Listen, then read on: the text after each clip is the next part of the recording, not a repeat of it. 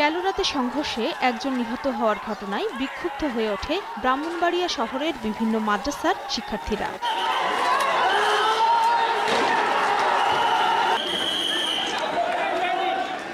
মঙ্গলবার সকাল থেকে আবারও শহরের টিএ ও হাসপাতাল সড়ক অবরোধ করে বিক্ষোভ করতে থাকে তারা।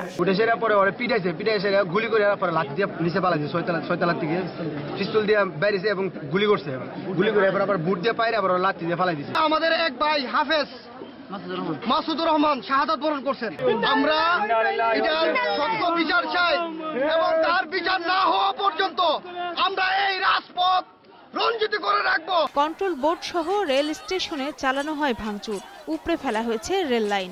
অবরোধ করায় ঢাকা, চট্টগ্রাম ও ঢাকা সিলেট ট্রেন চলাচল বন্ধ রয়েছে।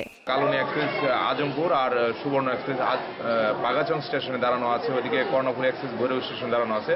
ট্রেন চলাচল 10:30 থেকে আপাতত বন্ধ আছে। এ ঘটনায় বুধবার হরতালের ঘোষণা দিয়েছেন ব্রাহ্মণবাড়িয়ার জামিয়া ইউনুসিয়া মাদ্রাসা শিক্ষকরা। আগামী হরতাল ডাকতেছি সকাল থেকে সন্ধ্যা পর্যন্ত। এরপরে যদি আমাদের সঠিক বিচার আমরা না পাই তাহলে পরবর্তী